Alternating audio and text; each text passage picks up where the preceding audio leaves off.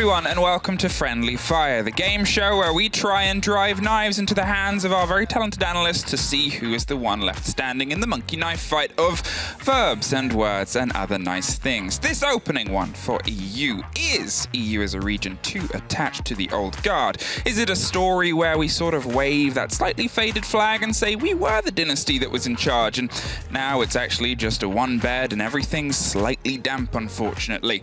To argue this point, we have our wonderful faces Milosh and Hap, rewarded by the votes that are on Twitter later. Let us get to the meat of this, though. Arguing first for, is EU too attached to the old guard? Milosh, what do you think?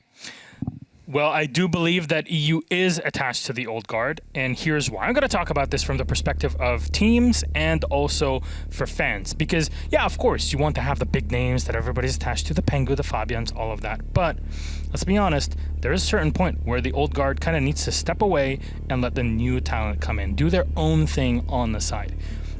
In so many regions of the world, everywhere in the world, new talent has been coming up. We talked about this constantly in Europe. We talk about it in North America with so much talent that goes up and competes in OXG, in Dark Zero. Same goes for EU with G2, with Kovana stepping in. It's always Challenger League teams that come in and smash people out of nowhere. They might win the whole championship as well for the season. I think they're very underrated, and I think sometimes the old guard needs to know maybe my watch has ended. Maybe it has. Perfectly timed. It's like he's done this before. And by that, I mean count. And now we have a man who loves numbers. Let's throw it to Hap to see why he disagrees. Yeah, and I think my main point will be that the experience that the old guard brings is just too valuable to just throw all out of the window. Like the new blood, as you said, it is coming in slowly, and it is coming in slowly now, but the old guard is definitely necessary to keep in the mix, because you need to make sure that experience bleed through.